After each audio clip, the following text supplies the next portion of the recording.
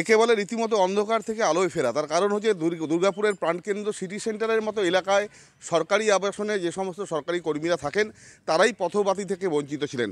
ঘুটঘুটে অন্ধকার ছিল এখানকার সি এবং ডি ব্লকে, এবং বারবার বিভিন্ন জায়গায় দরবার করেও কোনো সমাধান হয়নি। শেষ পর্যন্ত কলকাতা টিভি এই খবর তুলে ধরে এবং শেষ পর্যন্ত আলো আসে এই এলাকায়, এবং আলো জ্বলবে, আজ রাত থেকেই আলো জ্বলবে, এবং তা নিয়ে খুশি এলাকাবাসী, এবং আমরাও খুশি। মানুষের পাশে যেরকম আমরা থাকি সবসময় মানুষের সমস্যা তুলে ধরার চেষ্টা করি, তার জন্য আমরাও নিজেদের কাছে গর্বিত মনে করছি যে কয়েক বছর অন্ধকারে থাকার পরে আজকে মানুষ আবার আলোর মুখ দেখলেন এই আবাসন এলাকায়। কলকাতা টিভি ধন্যবাদ জানাই, কেন উনি প্রথমে এসে এখানে একটু প্রকাশ করলে এটা এখানে অতদিন ধরে আলো জ্বলছে না, এই আজ দিয়ে একটু এখানে কাজটা স্টার্ট হলো, লাইটগুলো কাজগুলো করছে। আমরা কলকাতা টিভিকে অনেক অনেক ধন্যবাদ জানাই, আর ডিএমসিকেও ধন্যবাদ জানাই যে আমাদের যে কষ্টটা আছে উনি বুঝিয়েছেন।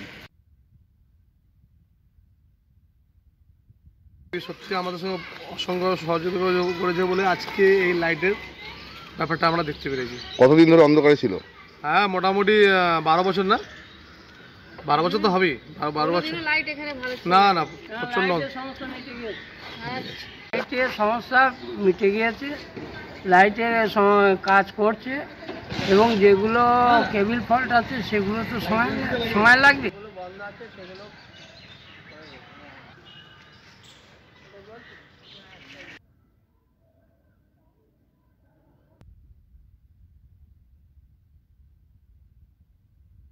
যেমন যাই হোক, এই কাজটা হচ্ছে সুষ্ঠুভাবে, এটি আলোগুলো জ্বলছে, আলোকিত হচ্ছে, এটি। আমার শহর দুর্গাপুর থেকে সঞ্জীব সুই, কলকাতা টিভি।